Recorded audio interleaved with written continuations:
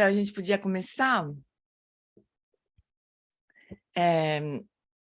trazendo um pouquinho a atenção, consciência para o corpo, para a mente, como que a gente está nesse momento. A alegria de a gente poder se encontrar. Isso é extraordinário, né? No meio da nossa confusão toda, no meio da nossa ocupação toda, a gente poder parar para se encontrar, para discutir como é que o mundo poderia ser diferente, né? Isso é extraordinário. Então, reconhecer, poder se alegrar com essa oportunidade, com essa possibilidade, é muito importante para o nosso próprio caminho.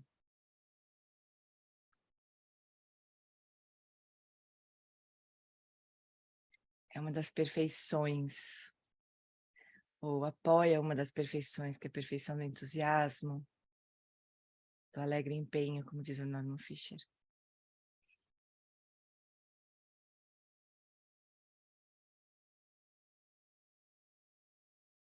Então, assim, reconhecendo essa oportunidade, a gente aproveita a oportunidade, então, para estudar, né? Ana, onde você está, Ana? Você está no mato? Tô no parque. Nossa, tá tão lindo aqui, um barulhinho, olha o barulhinho. Tô vindo. Que delícia. Onde você mora? Goiânia. Ai, que delícia. Que bom. Bom voltar, Gê. Que bom. Bem-vinda.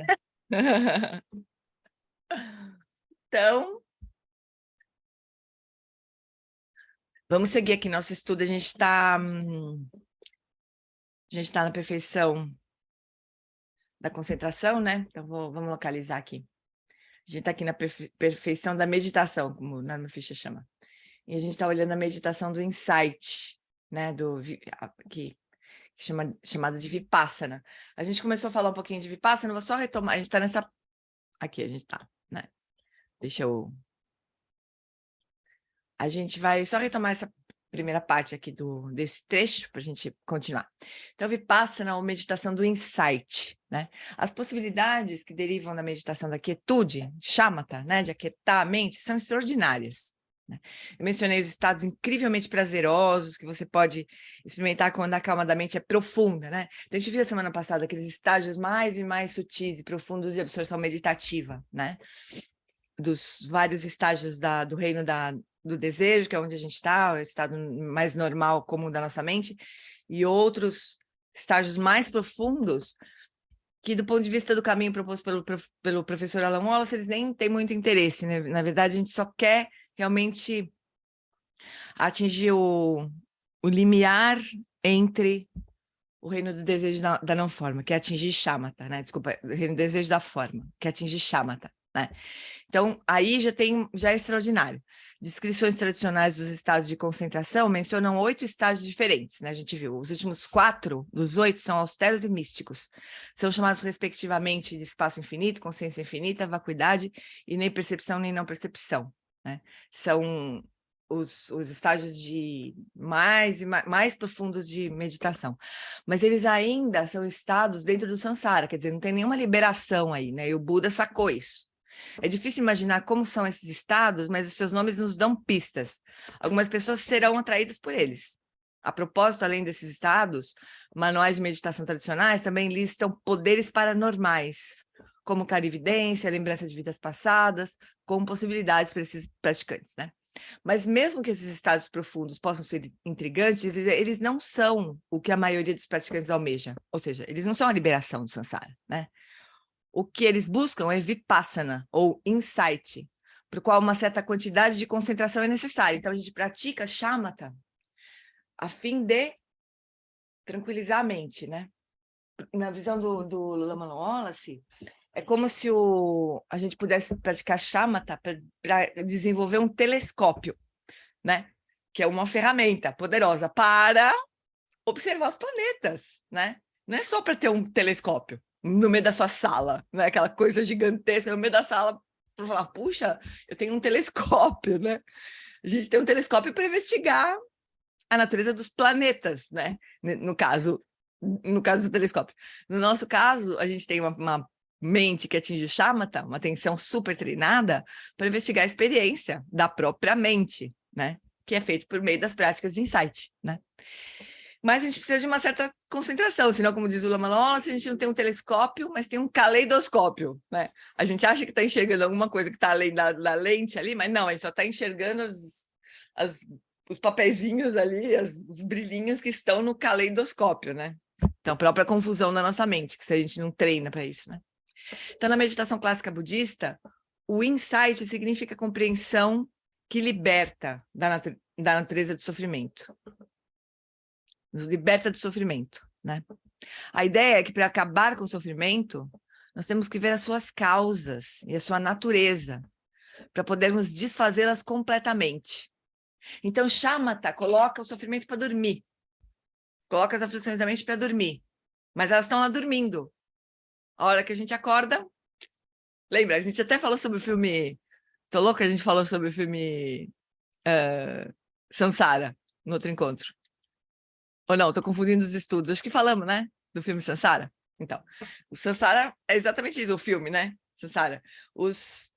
As aflições da mente estão todas adormecidas. A hora que o praticante, aquele praticante levantou da meditação, tudo, né?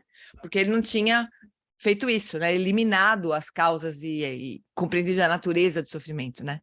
Em alguns sistemas de meditação, a mente concentrada é treinada nos ensinamentos sistematicamente para que as visões passadas neles possam ser completamente e profundamente internalizadas. Em outros sistemas, o insight vem como uma abordagem menos discursiva e mais vivencial.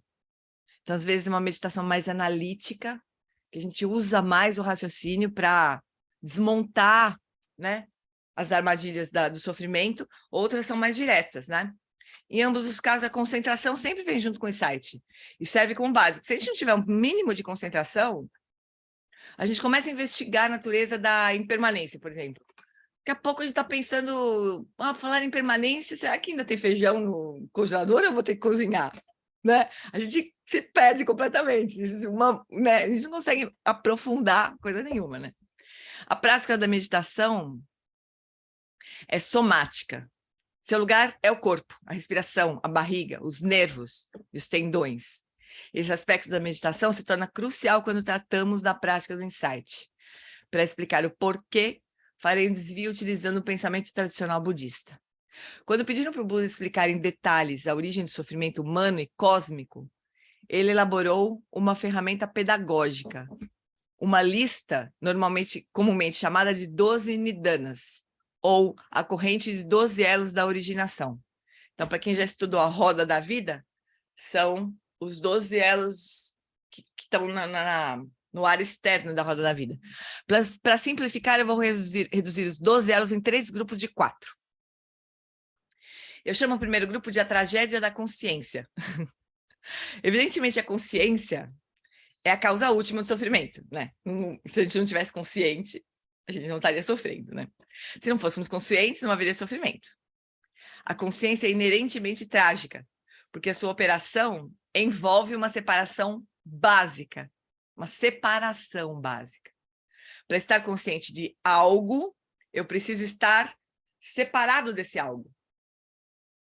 Para ouvir um pássaro, eu tenho que estar a uma distância dele.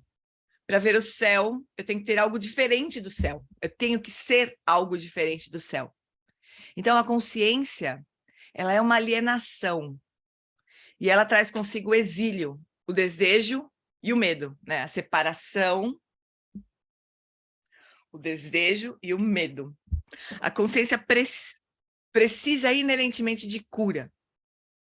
De uma forma ou de outra, todas as religiões reconhecem isso. Qualquer que seja a mitologia ou o ensinamento, todas as religiões estão de acordo que há um problema fundamental humano que precisa de redenção. Então, primeira parte da confusão é essa. A gente toma consciência, a gente tem consciência, e quando a gente separa o sujeito do objeto, é aí que começa a complicação, né? Essa separação. O segundo grupo de fatores eu chamo de entrada no mundo parcial. Com essa consciência alienada, né, separada, nós entramos no mundo. O mundo não é nós mesmos. Nós não somos o mundo, né? Esse é um momento em que existe o contato e engajamento desse sujeito com o mundo. E eu chamo o terceiro grupo de fatores de reagindo a um mundo parcial. Nesse mundo parcial, nós somos agentes com escolhas a fazer, ações a tomar. Cada escolha que fazemos implica em outras escolhas que não decidimos fazer. Cada escolha feita leva a consequências mistas. Por esse motivo, problemas, decepção e conflito vão inevitavelmente surgir, mesmo que as coisas estejam da melhor forma possível. O quarto grupo de fatores eu chamo de viver e morrer. Se a consciência nunca se produzisse, e se nós e o mundo não fôssemos parciais, e, portanto, se não fôssemos obrigados a fazer escolhas e agir e reagir, não haveria vida e morte. Se a realidade fosse uma completude, uma plenitude, ela simplesmente fluiria, sempre se transformando, sempre pacífica. Mas ela não é. Graças à consciência, nós nascemos. E porque nascemos, morremos. Então, essa é uma simplificação dos 12 elos, mas muito boa, né? Mas, de qualquer forma, os 12 elos explicam como é que a gente, a partir de uma condição de não saber, né, de ignorância, que é o primeiro elo, a gente não tem consciência do que nós verdadeiramente somos, né? Então, começa a acontecer uma tentativa de se definir, né? Aí a gente cria essa separação. Ah, eu tô aqui, né? Tem uma descrição super bonitinha do Trumpa, não lembro em qual livro, acho que no A Lei do Materialismo Espiritual, que ele fala que como é que surge a consciência, né? Separada. Então ele fala assim, imagina os grãos de areia numa praia, né? Eles estão lá na praia, né? Estão lá parte daquilo tudo, assim, né? De repente, um grãozinho olha e fala assim, nossa, tô aqui, eu sou um grão. Olha, tem muitos outros grãos. Olha, tem a praia, tem o sol, mas eu tô aqui. Não é como se de repente surgisse uma autoconsciência, uma consciência centrada em si mesmo, que se vê separado do resto, né? Aí começa toda a confusão, né? Então, esse primeiro grupo é uma consciência que se vê separado do outro. Aí vai ter um momento em que esse sujeito vai fazer contato com o mundo, né? Vão surgir os 5 sentidos físicos, né? E vai ser por aí, pelos 5 sentidos físicos, que a gente vai experienciar o mundo. Aí, quando a gente experiencia o mundo, naturalmente surgem as preferências. Isso eu gosto, se eu não gosto, se eu nem vejo, né? Surgem as preferências. Que acho que ele vai falar desse sétimo elo, que é um elo muito importante. Na roda da vida, nos 12 elos, esse sétimo elo, ele é representado, todos os elos, cada elo é representado por uma figurinha, né? O sétimo elo é representado por um cara furando o próprio olho, assim. Porque é como se quando a gente se separa do mundo, a gente já tivesse se limitado, né? A gente não é mais uma coisa só com o todo. A gente já é parte do todo, né? A gente já se limitou. Aí, quando a gente começa a entrar em contato com o mundo e falar assim, isso eu gosto, isso eu não gosto, a gente se limitou mais ainda, né? Porque agora o nosso mundo se restringe a conseguir me aproximar do que eu gosto e me afastar do que eu não gosto, e o que eu não vejo, simplesmente, né? Então, nosso mundo vai ficando cada vez mais... A partir daí, é muito louco a gente pensar na nossa vida desse jeito, né? A partir do momento em que a gente escolhe o que a gente gosta e o que a gente não gosta, a gente passa o resto da vida fazendo esse esforço de se aproximar do que gosta e se afastar do que não gosta. É isso a nossa vida. Essencialmente é isso. A gente gasta toda a nossa energia para isso. Claro que as coisas vão mudando, né? Óbvio, né? O que a gente não gosta no momento se torna a coisa mais importante da nossa vida no momento seguinte. O que a gente adorava, a gente nem lembra mais que existe. E assim vai. As coisas vão mudando, mas a gente está sempre fazendo o mesmo tipo de esforço, né? Movido pelo desejo de apego e pela aversão. E pela ignorância, né? Pela indiferença. É assim o resumo da nossa existência, né? Representado pelos 12 elos. Aí aqui o Norman Fischer já agrupou em 4 grupinhos, né? São os 4 grupos de elos, né? Mas é assim que a gente funciona. Isso que o Buda descreveu, né? Como é que a gente opera, como é que a nossa mente opera.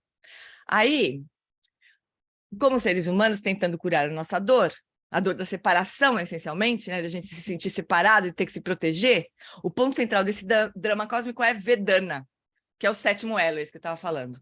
Sentimento ou sensação.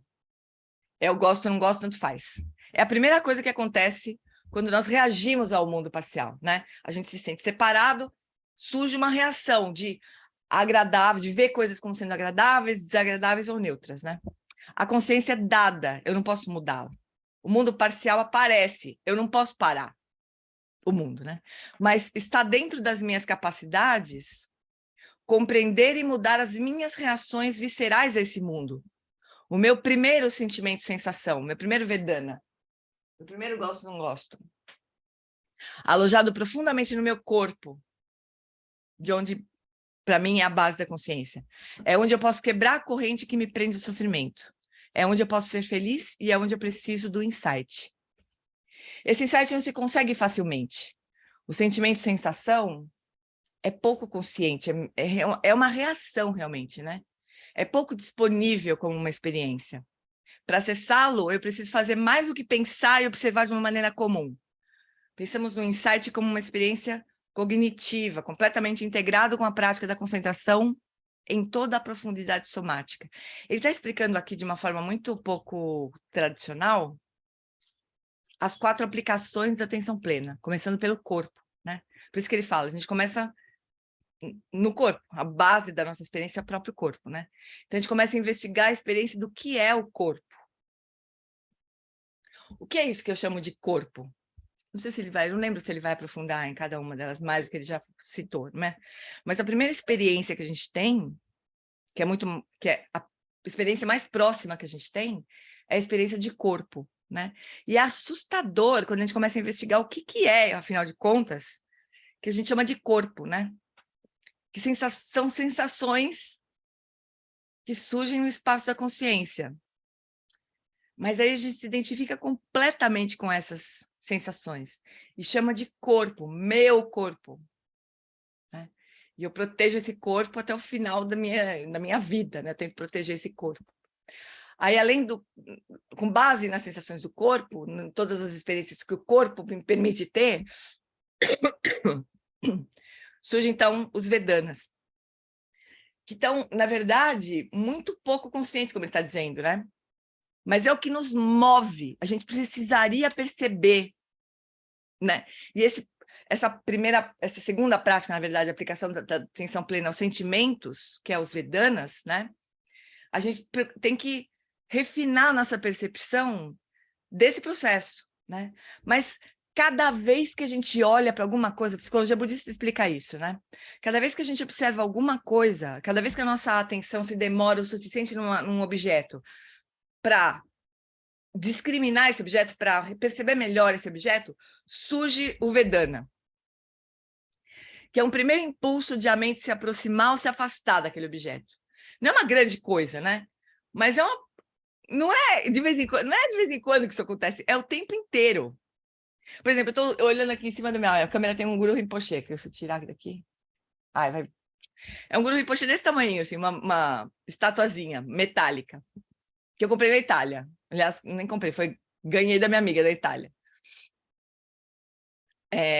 Então, cada vez que eu olho para essa estátua, é lógico que eu tenho uma sensação de atração, né?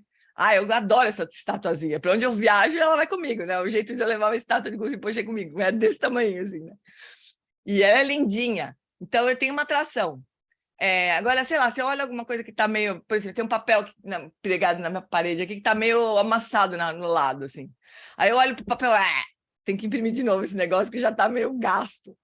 Então, não tem todo esse raciocínio. Mas quando a gente observa alguma coisa, a gente tem a vontade de se aproximar ou de se afastar. Por exemplo, eu tenho deixa eu ampliar aqui para todo mundo ver.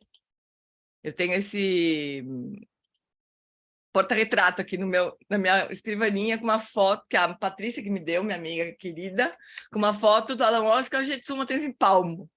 Meus dois, papai e mamãe do Dharma, né? Imagina, eu olho para esse negócio, tenho vontade, não é que eu gosto, eu tenho vontade de abraçar, falar, eu quero encontrar você.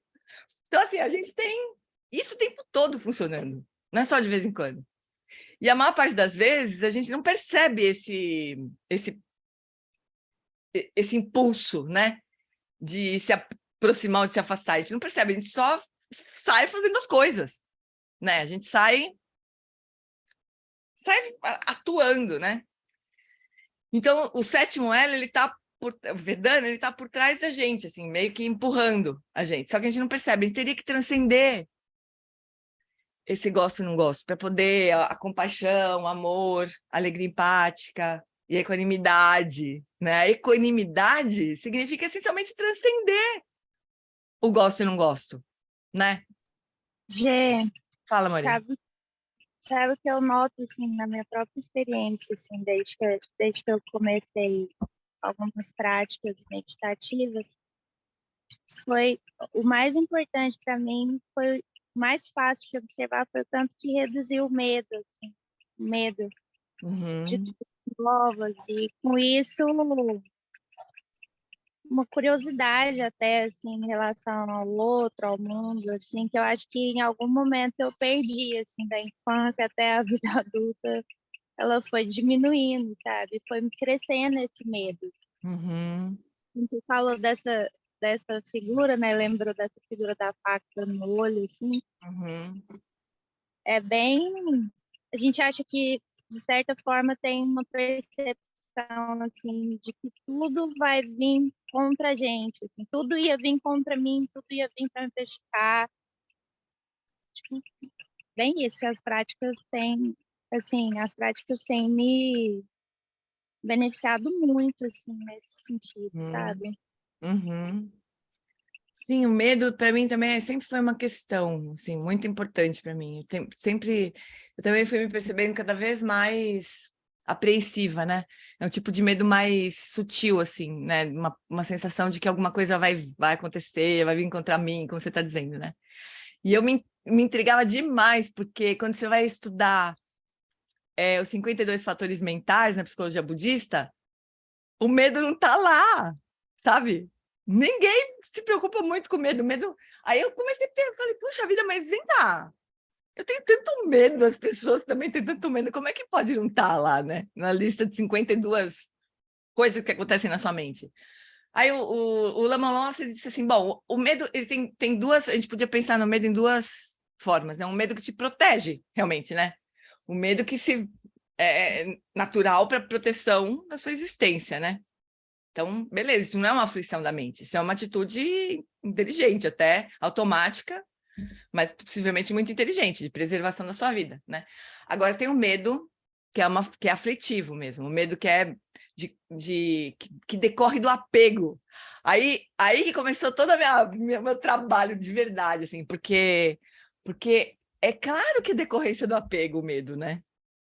É claro, é o medo de perder alguma coisa que você tem que você não quer perder, né? E às vezes não sabe do que é, mas aí vai ficando tão patológico que Uhum. não consegue mais estabelecer laços, assim, eu vejo, sabe? Que Então, eu fui Aninha, perdendo a capacidade de estabelecer laços com a vida mesmo, com as pessoas, com as coisas.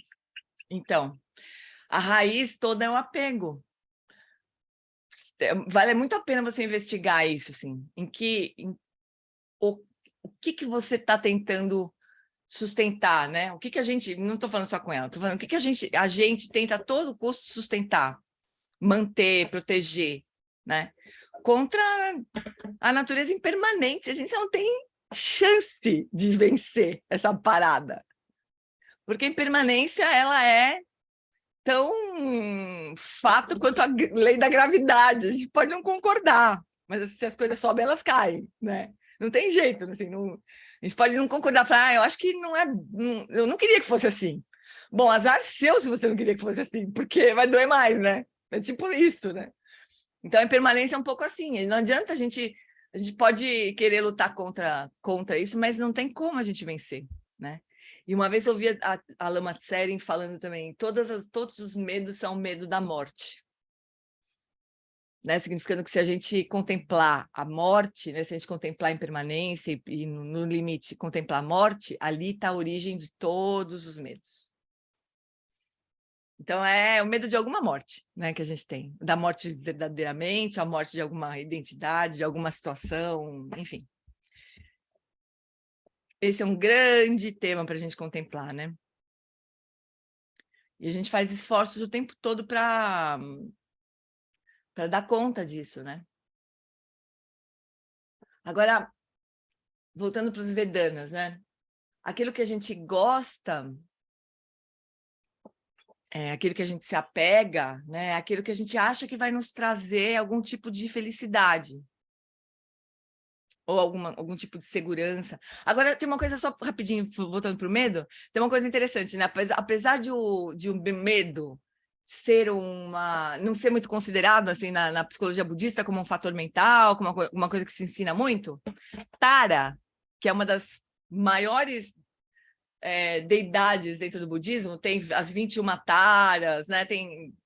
Tara é a grande mãe assim dos Budas. Ela é a protetora contra os medos. Os livros mais... Tem um livro que é só sobre ela, que é da Tuten Chodron, e ela fala dos tipos de medos que Tara nos protege. Tara é a grande mãe protetora contra os medos. Então, se por um lado, né, as pessoas não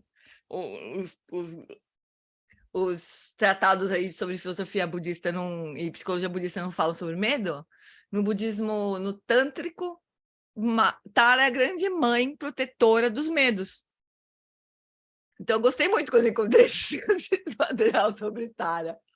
Falei, pelo amor de Deus, então não é tão ignorado assim, essa coisa tão humana, não é tão comum que é sentir medo, né? Tara é a grande protetora contra os medos, né? Muito bonito isso daí. Mas a grande liberação do medo é a liberação do apego, né? Se não existisse apego, a gente não sentiria medo de perder aquilo que a gente imagina que vai nos fazer felicidade, né? Que é a fonte da nossa felicidade. Mas aí a gente vê, na base está a ignorância, realmente. Né? A gente achar que a gente precisa de alguma coisa externa que vai produzir felicidade para nós e, portanto, a gente tem que segurar aquilo. Isso é uma tristeza, isso é realmente uma tragédia, né? Como diz o Norman Fischer aqui, né? O que vocês acham?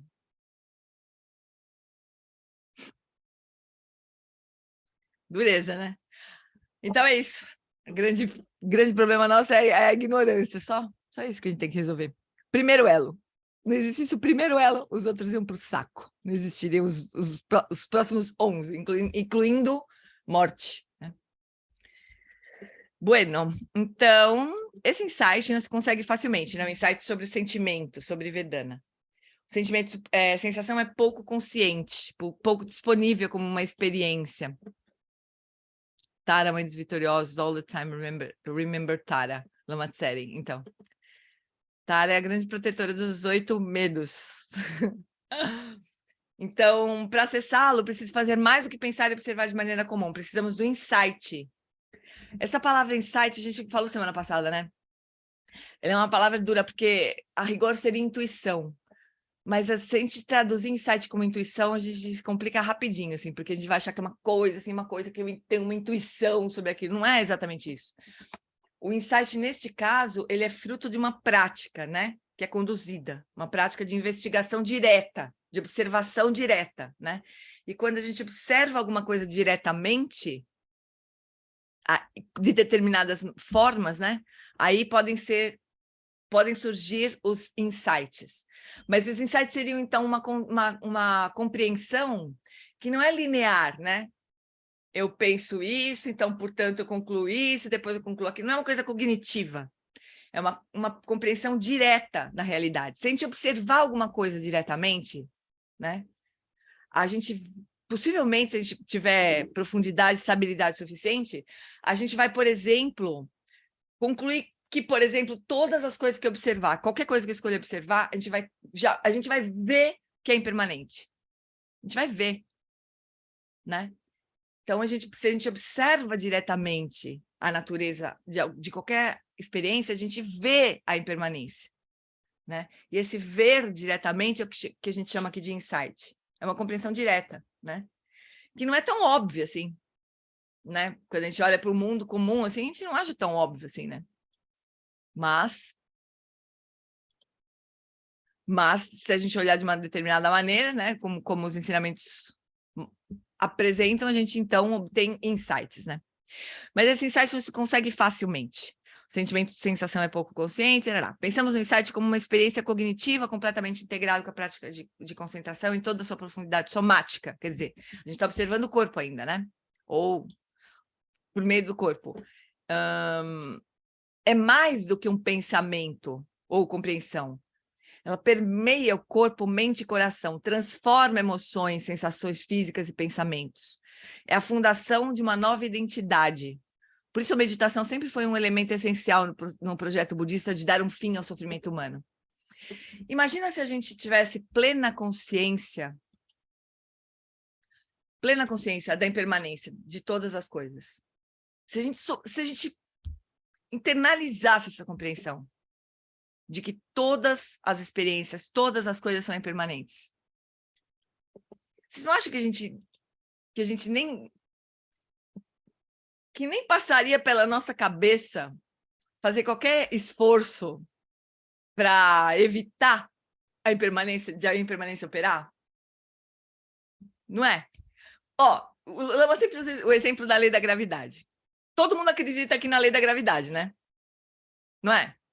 Faz parte da nossa visão de mundo, a lei da gravidade. Não, realmente as coisas caem, né?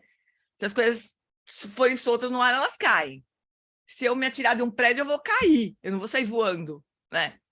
A gente sabe disso, tá? Óbvio pra gente, né?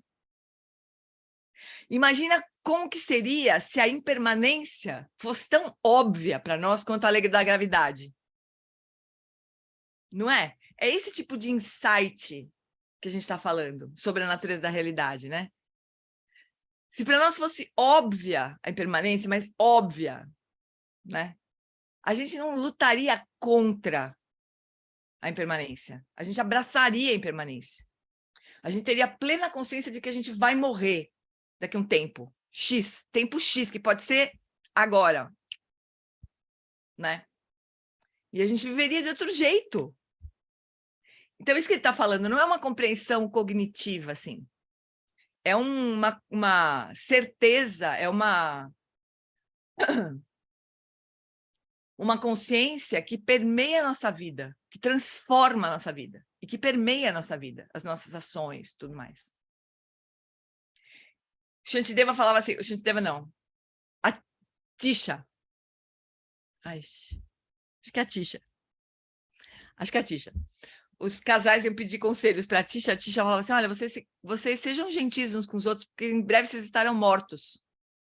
Era esse o conselho que ele dava para os casais. E não é! Se a gente tivesse mesmo consciência de que as pessoas podem morrer a qualquer instante, a gente ia ficar enchendo o saco do outro com picuinha? Ou a gente ia aproveitar o tempo que a gente tem com as pessoas que a gente ama?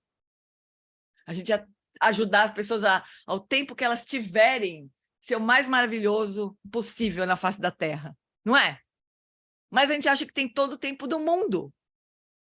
Então, a gente perde tempo com besteira. A gente gasta, né, o nosso tempo com besteira.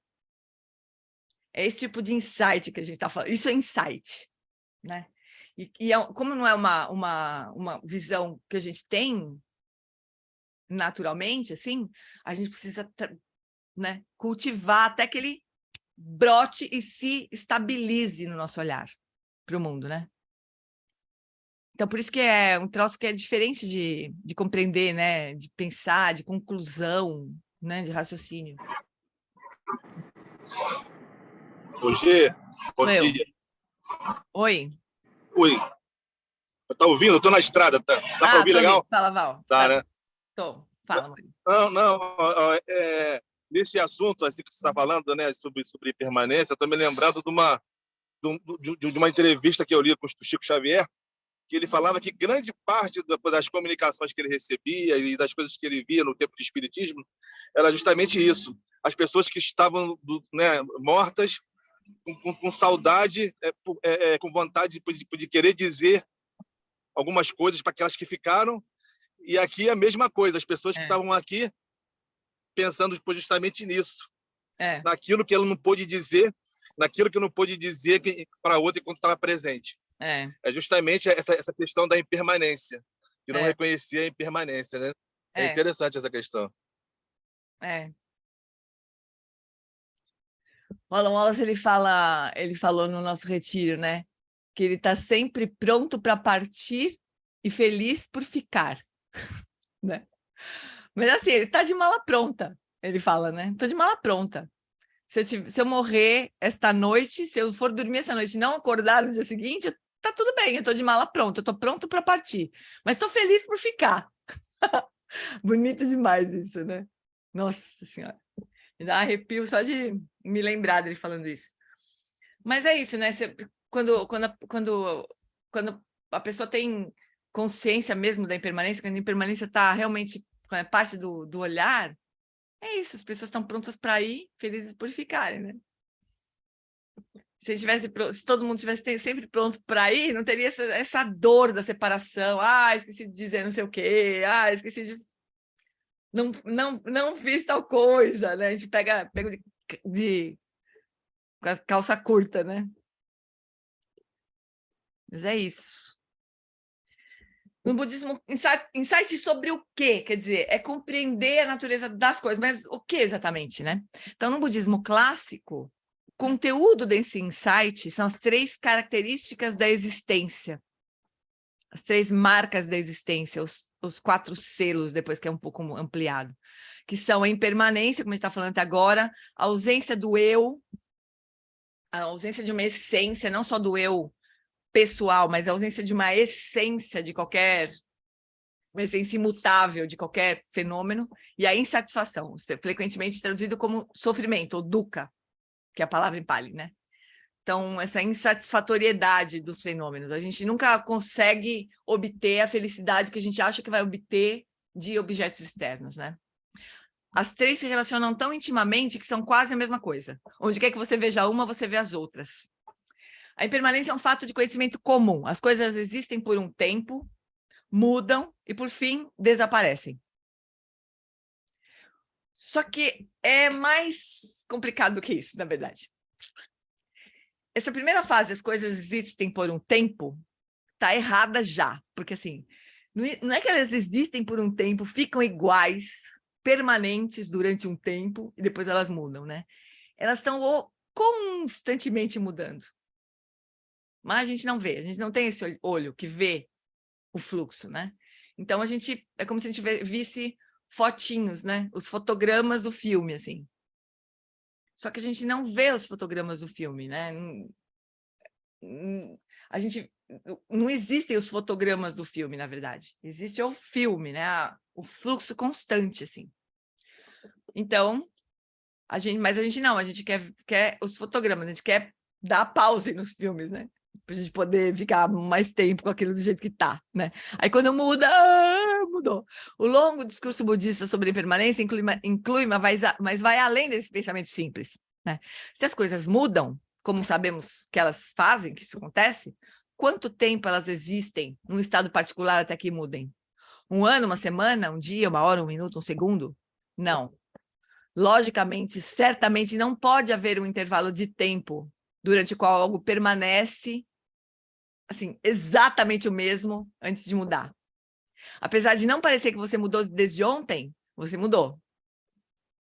Mesmo que imperceptivelmente, você mudou em todos os momentos ontem e está mudando em todos os momentos hoje. A mudança está acontecendo constantemente, não em saltos súbitos, mas ao longo do tempo como tempo. Então, o tempo é mudança. Um momento substitui o próximo. O desaparecimento de um momento e o surgimento do seu sucessor acontece suavemente, sem interrupção. E a única maneira possível disso acontecer é se esse momento e o próximo surgirem e desaparecerem ao mesmo tempo. Nossa percepção comum afirma que isso é impossível, mas os budistas pensam há milênios que as nossas percepções comuns são incorretas. porque vivemos tendo como base noções profundamente incorretas, nós sofremos. Essa é a primeira questão sobre a qual precisamos ter um insight. A primeira grande causa de sofrimento é a gente não enxergar a impermanência das coisas. A gente não enxergar que não existe nada que se sustente nem por um instante. Que ao mesmo tempo que as coisas estão surgindo, elas estão desaparecendo. Ao mesmo tempo. Isso é tão maluco para a gente não consegue muito compreender, né? Por isso que a gente enxerga a impermanência grosseira, né? Quando as coisas quebram, quando as coisas, sei lá, quando a flor murcha, quando alguém morre, aí a gente enxerga. E aí a gente toma um susto. Fala, nossa! Como é que isso foi acontecer? Isso não foi acontecer, isso aconteceu o tempo inteiro. Está acontecendo o tempo inteiro, né? Essa é a grande primeira contemplação, né? A contemplação da impermanência. Aí as outras, elas vêm numa sequência. Vamos ver se ele já vai começar a fazer. Bom, se as coisas surgem e desaparecem ao mesmo tempo, o que é o eu? Né? O que é uma essência imutável que está em alguma coisa, né?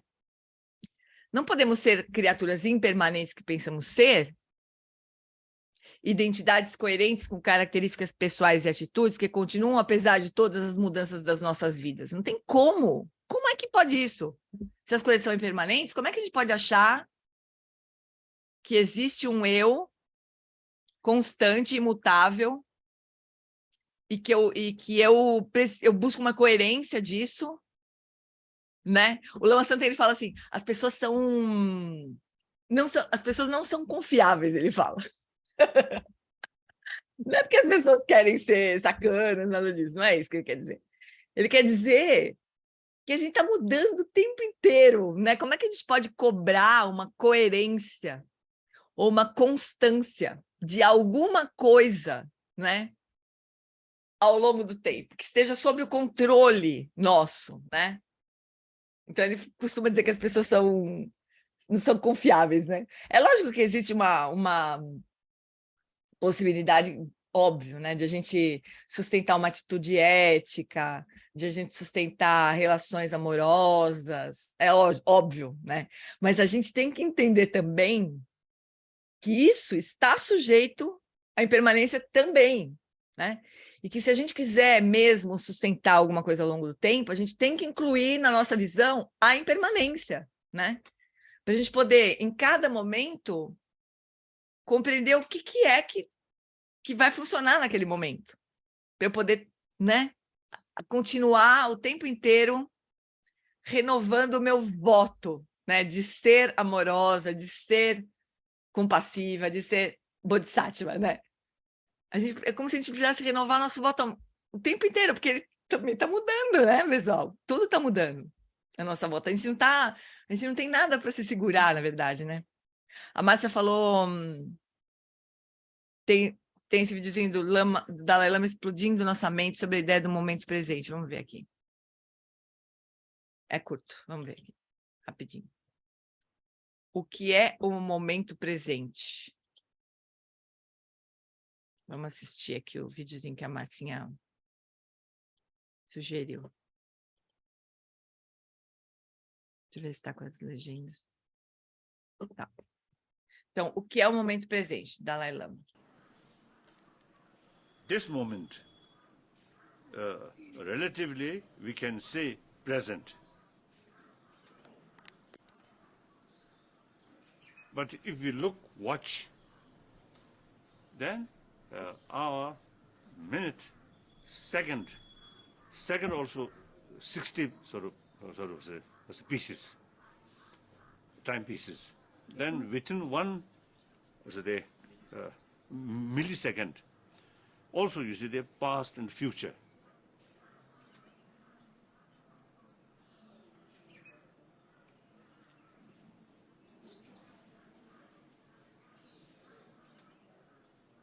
So, half past, half future, no present.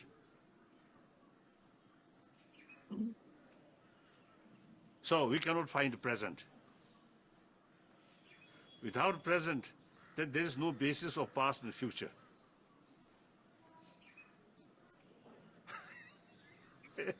So, without investigate such a way, generally we can say present.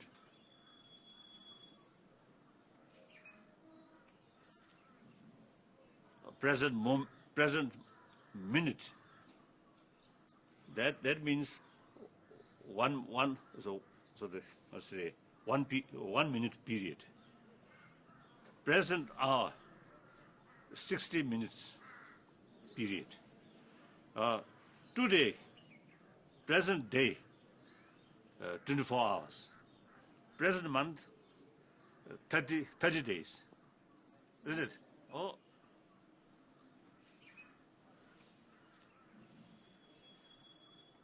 So, present eon, billions of years. So, everything relative.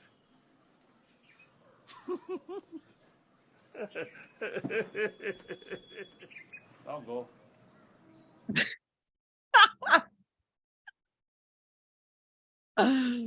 Ai, meu Deus. Isso é um ensinamentozinho que ele deu no corredor, né? De indo para algum lugar. Então, esse tipo de raciocínio, lógico, né? Vai quebrando, assim, a perna da gente. Deixa eu só desligar aqui, peraí, um pouquinho que tem uma... Agora tem a Candro lá. Outro videozinho. Então, tem esse tipo de investigação analítica, né? Que os Gelupas são... A tradição do Dalai Lama é mestre nisso, realmente, né? De, logicamente, ir abalando as nossas certezas, assim, né? É isso, né? Se a gente falar agora, bom, agora, mas agora já era, já passou, né? Não existe um agora que a gente fala agora. E pronto, e congela aquele agora e ele fica ali e fala agora, né? Não, agora já passou e assim vai. Não tem como, né? Agora, o interessante de pensar sobre a impermanência do tempo, né? De a gente não conseguir estabelecer um momento que é presente agora e que já não passou, é pensar na consciência como sequências de momentos de consciência, né? A consciência também ela está acontecendo a cada instante. Então, ela também não tem um momento presente da consciência. Então, não tem um momento em que ela morre, né? E deixa de existir ou passa a existir. Sempre vem uma consciência que é... A Ana vai cair a internet dela. Tá bom, queridinha. Dedica os seus méritos, viu? Antes de você cair no trânsito aí. Então, é muito interessante, né, a gente explorar conceitualmente essa certeza, que nem é... Quando a gente fala assim, as coisas todas são impermanentes, você fala, é claro, sim, as coisas morrem, é verdade. Mas como é que isso é? Como é que seria internalizar a impermanência das coisas? Como é que seria ter certeza de que a gente vai morrer mesmo? A gente não pensa nisso, né, pessoal? Vamos combinar. A gente não pensa direito nisso. Alguém vai morrer em algum momento. Eu vou morrer, sim, com certeza, mas daqui a um bom tempo, vai demorar muito para eu morrer. Até que não, né? Então, como é que seria a gente realmente enxergar a impermanência de todas as coisas, né? O Eric Pemakunzan, que conduz um programa, né, o Body Training, uma das lições de casa que a gente recebeu um tempo atrás era olhar para todas as coisas e meter um rótulo impermanente, mas assim, olhar para tudo à nossa volta, impermanente, mas de verdade, assim, só que essa garrafa não vai durar, essa caneta é impermanente, tudo que a gente olha, impermanente, a pessoa, minha mãe impermanente, meu cachorrinho impermanente, minha irmã impermanente, esse corpo impermanente, sabe, botar esse rótulo em todas as coisas, mas realmente, né, não é daqui a pouco a gente sai automaticamente colocando os rótulos, né? Mas é verdadeiramente assim, olhar para as coisas como se elas estivessem o tempo inteiro acabando, na verdade, se transformando. Que efeito que isso teria na gente, né? Isso é diferente do que raciocinar, o tempo é impermanente, porque como o Dalai Lama fez, né? Mas as duas coisas combinadas funcionam, né? A gente raciocina, tem um raciocínio lógico que corrobora a impermanência, a gente não consegue A gente não consegue defender o contrário, se a gente investigar mesmo, né? Mas tem também a observação no nosso dia a dia, os estados de mente. Às vezes a gente está super bem, acorda super bem, daqui a pouco não sabe nem por quê. A gente já não está mais. Aí a gente acha que aquilo vai durar muito tempo. Fala, eu quero me livrar desse mal-estar. Aí daqui a pouco passa, a gente também não sabe por quê. E assim vai, né? Oi, Carlinha, fala. Gê, não, mas eu queria, assim, porque eu me corrijo, porque eu não tenho conhecimento nenhum assim, sobre o budismo, né? Assim, então, assim, mas a meditação traria para a gente uma base, uma sensação de que existe algo que não morre. Isso. E talvez, e no contato desse algo que não morre, que está dentro de cada um de nós e dentro de todos, né? E seria esse grande, sei lá, grande espaço, não sei bem assim como colocar, essa grande consciência, né? Isso nos traz essa base que faz com que a gente possa olhar para a impermanência sem tanto sofrimento. Porque Exato. parece que dentro de cada um de nós e dentro desse todo tem algo que está sempre presente. Eu acho assim, dá a sensação de que tem algo que não fica assim tão seco, sabe, tão árido, né? Porque a sensação de que tem uma base na qual eu me apoio. E na Então, qual tá, a gente só tem que cuidar o que é essa base, né, que a gente se apoia. Porque você está super certa mesmo. O sofrimento com a impermanência vem porque a gente se identifica com essas coisas que são impermanentes, ou a gente se apropria das coisas que são impermanentes. Então, nosso corpo é impermanente. A gente se identifica com ele. Sofrimento garantido. Não precisa nem ser na morte, não. Qualquer coisa que acontece, né? Com o tempo, a gente vai sofrer cada vez mais se a gente se apegar ao corpo, né? Porque o corpo vai ficando cada vez menos parceiro, assim, da gente, né? Então, tudo que a gente se identificar e que a gente se apropriar, que for impermanente, vai ser fonte de sofrimento, né? Então, quando a gente, na meditação, você está super certa, mas aí que tá, com o trabalho espiritual não é só a meditação, né? Com o trabalho espiritual todo, né? Tudo que a gente faz no caminho espiritual procura nos apontar, no caminho budista especialmente, porque eu conheço, não é porque é especial, mas porque eu sei que é assim, né? Todo o trabalho que a gente faz no caminho budista aponta para essa natureza livre, que não morre, que está em nós, a natureza búdica, né? Então, quanto mais a gente se soltar daquilo que é impermanente e for repousando naquilo que é a nossa verdadeira essência, né? Isso é a liberação, exatamente, do sofrimento. Esse é o ponto, realmente. Agora, a impermanência, ela está apontando para nós aquilo que não é. Isso é super importante também, sabe? O Lama Santen fala isso. Quando as coisas... Quando a impermanência sacode a nossa vida e algumas coisas passam, morrem, quebram, a gente devia se alegrar. Porque isso é uma indicação de que não é nisso que a gente deveria estar apoiado. Sabe? É como se a roda da vida, só rapidinho, já te passo. A roda da vida, ela é representada como uma roda, obviamente, né? Que conta tudo como opera a nossa vida. A gente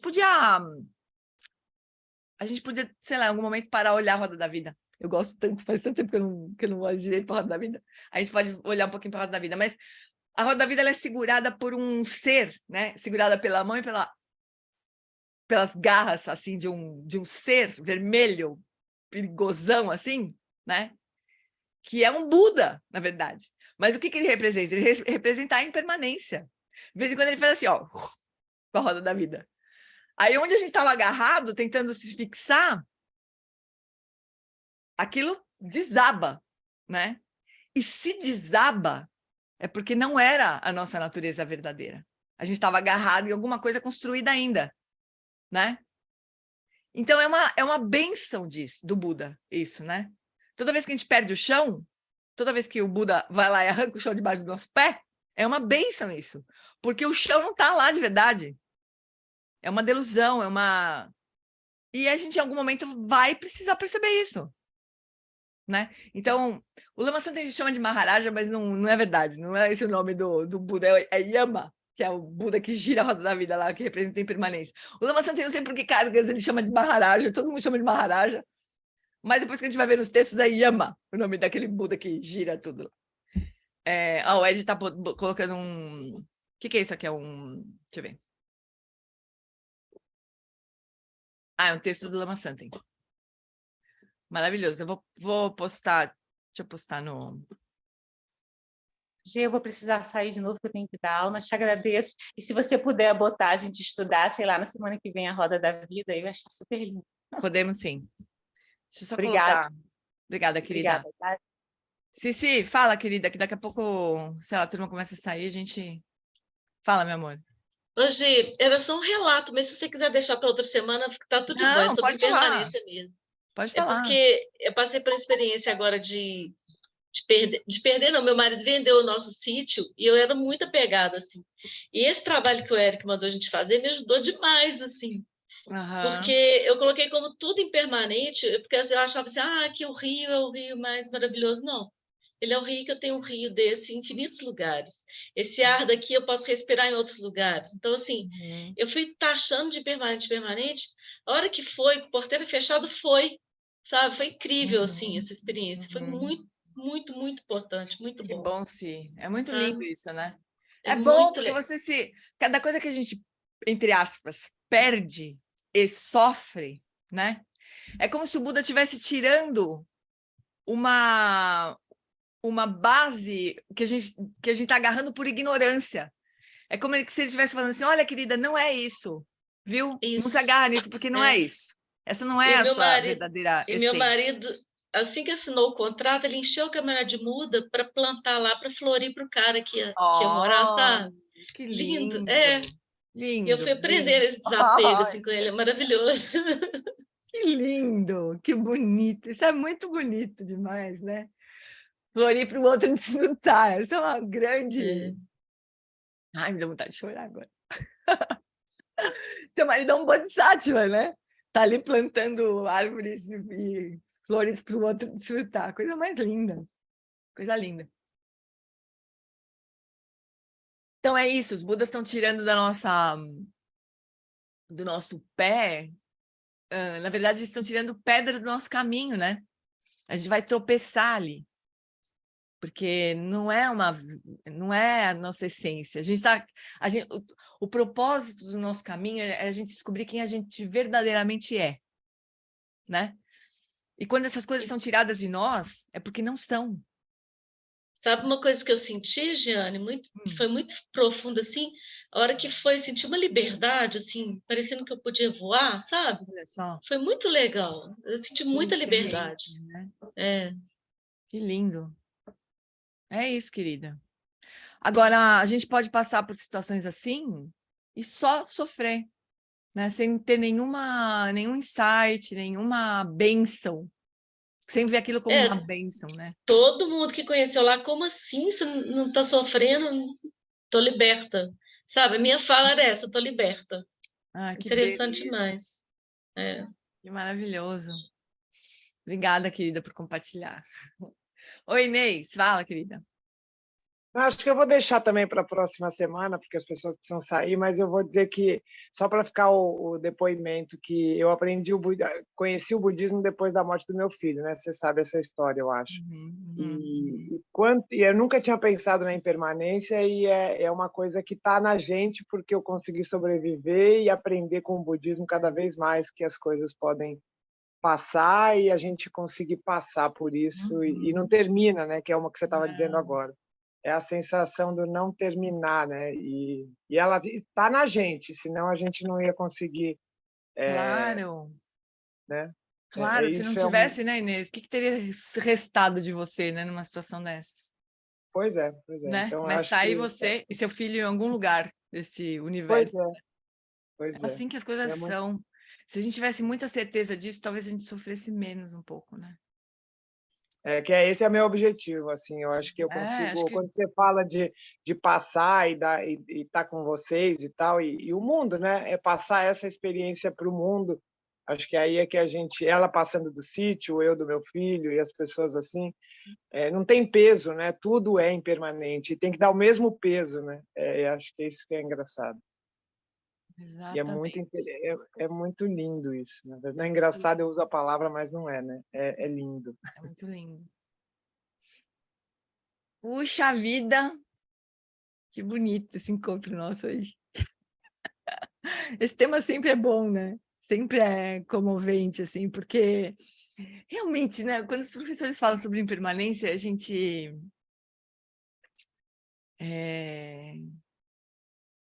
já ouviu essa palavra, todos os budistas ouvem essa palavra uns 50 mil vezes, né?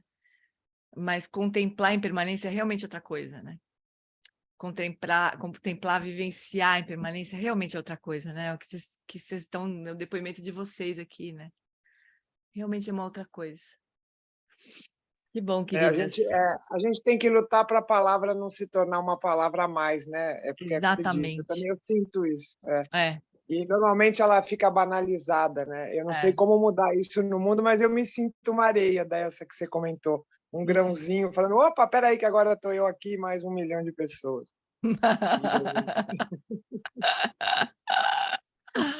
Gratidão por essa oportunidade, porque Obrigada. você é luz na minha vida aqui, né? Todos eles, mas você apareceu e as coisas vão aparecendo, é isso que é o mais engraçado. A Que gente é tem isso que as pessoas deveriam dar atenção, né, Jânia? A roda da vida mesmo, que as coisas aparecem para também auxiliar a gente a passar a impermanência. E a gente não Exatamente. percebe, né? Mas É é isso, maravilhoso. A obrigado. gente tem muita sorte, né? Olha, eu postei lá no nosso grupo o videozinho que a Marcinha sugeriu pra gente da Dalai Lama e o link da Bodhisattva do Lama explicando a roda da vida. Aí a gente pode, talvez na semana que vem, conversar sobre a roda da vida, olhar para a imagem, né? Olhar o que tem lá. É sempre legal, porque a gente vai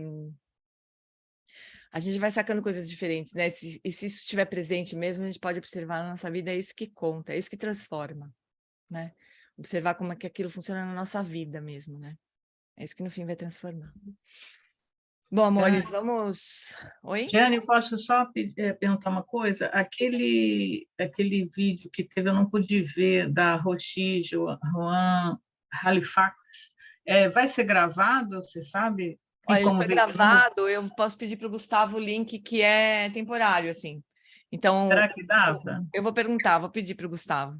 Ah, joia, Mas aí, obrigada. Lina, aí fica atenta lá no grupo do WhatsApp, porque não fica para sempre disponível, tá? Porque geralmente fica uma semana disponível, assim. Certo, Mas eu tá vou pedir para ótimo. ele, posto lá e assistam, porque ela é imperdível. Eu perdi, mas eu queria. Obrigada, Tá valeu. bom, querida, imagina. Então, agora vamos só rapidamente dedicar os nossos méritos. Qualquer compreensão que a gente tenha tido nesse nosso encontro, ou que derive desse nosso encontro, que possa se traduzir em benefício para todos, não só para nós, mas para todos os seres. Não só agora, mas em todos os tempos. Que a gente possa verdadeiramente tomar refúgio na impermanência. Considerar a impermanência como um grande mestre verdadeiramente para nós, que nos liberta do que não somos nós, do que nós não somos. Que a gente possa enxergar a impermanência como uma bênção dos nossos mestres. Com alegria, porque significa libertação, não significa perda, dor, significa libertação.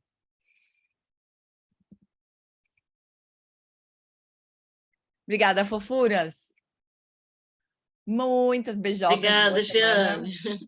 Até semana que vem. Beijos. Beijo. Beijo. Obrigada, Gê. Beijinho. Beijo, beijo. Obrigada, beijo.